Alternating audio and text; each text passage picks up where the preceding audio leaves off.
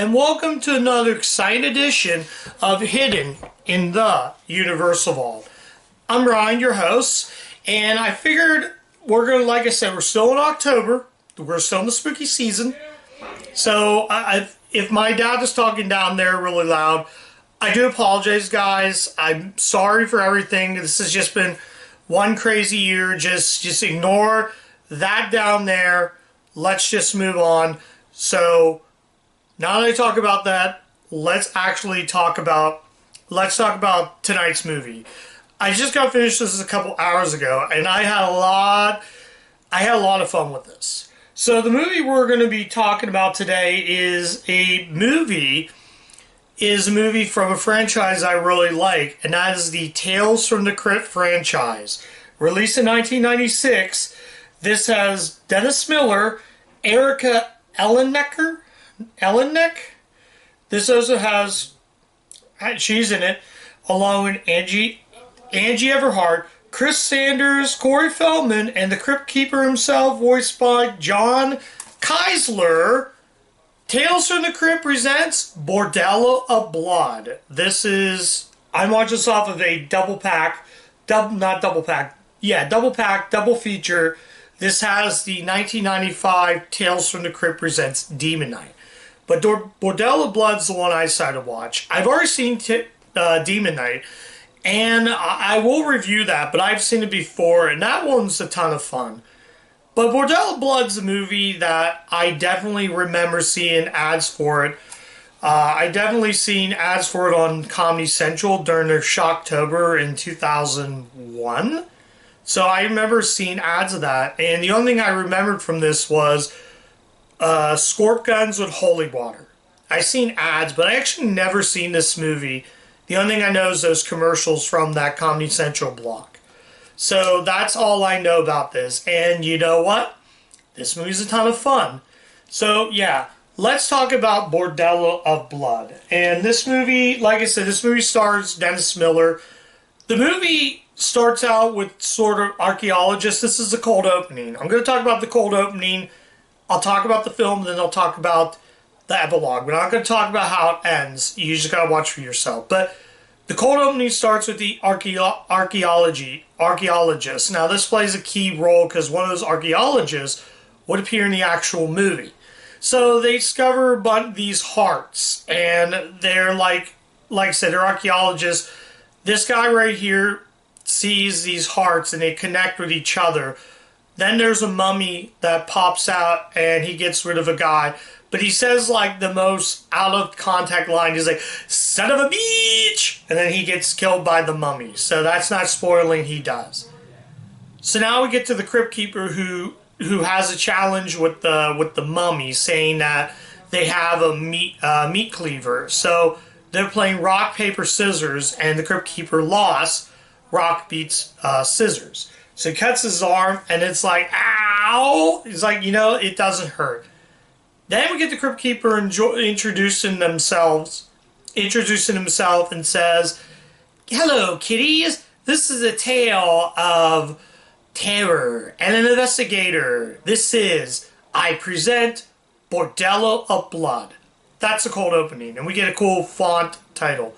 So now we enter a brother and sister who basically fight with each other. So we see him, and then he's like has his music cranked up. She tells him turn it down. Then we get the Corey Feldman plays the brother. Corey Feldman's character is also friends with a man named Reggie, portrayed by Matt Hill. And if that name's familiar, he would go on to voice Ed in the Cartoon Network series Ed and Nettie. I was like, wait, Matt Hill? The Matt Hill. I'm like, wow, Matt Hill's in this? This is pre Ed and Nettie. So it's weird because Danny Annucci, who created Ed and Nettie, would be the storyboard designer on the Chipmunks adventure, which I covered on the channel. So anyways, he plays Reggie. So the two of them they're at the bar, and he decides he wants to play darts. So he gets the dart. Reggie gets a dart in his private, so he yanks out real hard, and then we're now see the two of them, and they head down to a place called the Bordello of Blood. I think it's called the Bordello of Blood. The trailer says it's the Bordello of Blood, but it's just the women's house. So they head down to they're in the coffin thinking they're going to get burnt alive, but turns out the two of them head down there, and yeah, they meet all these women, but turns out all these women are actually, well, vampires. So the sister is figuring out where the brother's at. I don't even remember his name, but Corey Feldman's character. Yeah, I don't even know what his name is. So yeah, we get him, but I'm just gonna give it right now. I'm gonna give it away right now. The vampires do kill Reggie, his best friend, and they basically kidnap him. Not really. I think they do. Cut to her contacting a private investigator played by Dennis Miller. He plays Raphael. I forget his name too. No, Rafe Gutman. Rafe Gutman is this investigator, and he's like, sort of like he's a homicide investigator, so he's trying to find out all these clues. So, him and the sister of Feldman. Then we get a televangelist, Chris Sanders. Is it Chris Sanders? I have to look at the DVD. Yeah, Chris Sanders. He plays. No, I'm sorry. His name is Reverend Jimmy Current, or JC as he's named. So JC is a televangelist, and he's trying to find out all. Then we get to him and trying to find all them clues. So yeah, and then we get that archaeologist who appears in the movie, and then it gets craziness happens. So that's really the gist of the movie. I loved Bordello Blood. Bordello Blood is a ton of fun. It is so good. Though there are some problems, and I'll get to the problems when I do. Though I like how this is all set in this house. So they're, like I said, they're trying to find clues, and eventually it leads them out to Lilith, Angie Everhart's character. So Angie Everhart plays Lilith, who's like the head vampire. So if you've seen the movie Fright Night, you'll know essentially this is that version of that. It's like Fright Night. It has a very Fright Night feel to it, which I do believe the main star in this was also in Fright Night.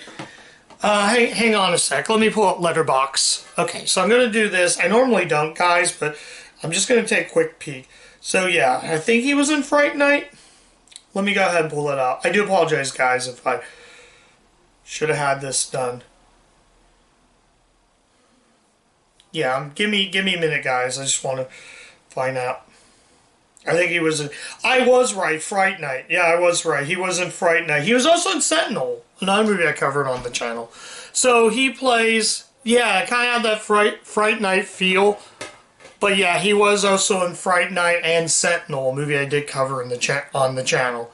And he was good in that, which I didn't even know. But he plays that Reverend, and it's just fun. The shootout with them, with the Super Soakers and Holy Water, is just a ton of fun. Yeah, I was watching the film like, I didn't know that he was in this. So yeah, it's just a fun movie. I really loved Bordello Blood. I think, honestly, for a film like that, it's so good. But it's like, everything, the acting's good. The practical effects are phenomenal. The practical effects, like, are so good. There's a lot of, like, blood effects and blood packets. They use a lot of practical rather than CG, like most movies are. They use that. So, yeah, it's really, really good. I mean, I'm trying to think of anything else. Though, I will say the main negative, and this is not going to shy away from what I'm going to rate this movie, but my only problem was, I feel Dennis Miller's acting isn't great. It's passable, but for that for that character that he portrays, he's good for what he is given. But honestly, Dennis Miller really isn't an actor, but he tries. I don't know if for a lot of featurettes, it didn't seem like Dennis Miller liked making this movie. I'm trying to think who. Oh, I forgot to mention. This is actually produced by. There are 4 well-known producers in this. It was produced by Richard Donner, David Gale, who I don't know. Walter Hill produced this movie, which I got a Walter Hill movie lined up near the end of the year. Joel Silver, who go on to form Dark Castle Entertainment, and Robert Zemeckis. It was written by Robert Zemeckis and Bob Gale. This would be the other movie they would write, and they would also be the writers on Frighteners with Michael J. Fox, another movie I covered on the channel. Like I said, guys, my parents are talking. Bear with me. It's just been one crazy year. So, yeah, I was like, wow. It also has a very Frighteners feel as I'm watching the movie. And I'm like, that's pretty cool. So, yeah, that's another thing. I'm like, Zemeckis and Gale wrote this? Huh, I did not know that. This movie is a blast from start to finish. I had a lot of fun. Oh, the ending is really good. But I want to now get to the post credit with the Crypt Keeper. And the Crypt Keeper, he's like, wow. And then he goes and does his Crypt Keeper puns. He also calls it Romeo and Juliet. I'm like, wow, that is so awesome. And the Crypt Keeper is always good. So that's really all I'm going to say about the film. And the end credits is like the end of an episode of Tales from the Crypt, the TV show that this was based on. Really good stuff. I'm going to tell you right now, guys, if you're in October, do yourself a favor, go watch Bordello Blood. It is really good. Ton of fun. I can highly recommend this. I will get to Demon Knight eventually, but I will get to it next year. This definitely will be a next year favorite. So I'm going to stop there. So yeah, let's actually rate the film. And this is going to be a shocker, but I'm going to give Bordello Blood an automatic 5 out of 5. Despite Dennis Miller's acting and it's passable, I'm gonna say this is going to be on the make it on the best list. Maybe we'll see. So now I'm gonna stop there tonight. Thank you guys so much for watching my review of Tales from Crypt presents Bordello Blood. If you do like the content of the channel, you can like, comment, subscribe. I'm on Letterboxd. Do all the good things. And yeah, as always, keep watching those Universal movies. And I'll catch you guys next time. Bye.